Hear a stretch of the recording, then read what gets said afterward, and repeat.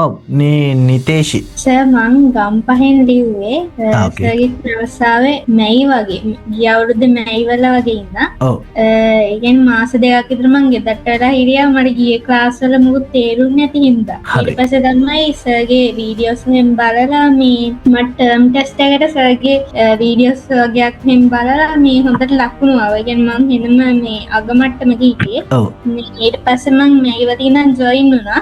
Result එක A3යි research score එක 1.68යි. නියමයි කන්ග්‍රැචුලේෂන්ස් මේ දැන් අන්තිමට කතා කරන නිෂාදි පොළොන්නරුවේ 9 දැන් මේ කතා කරන නිතේෂි ඒ තුනක් අරගෙන ගම්පහ 310 මේ දෙන්නගෙන් පොදු ලක්ෂණයක් තිබුණා අන්තිම මාස තුනේ 100%ක්ම තෝරගත්ත අපේ පන්තිය. ඒ තරම් විශ්වාසයක් ආවේ කොහොමද?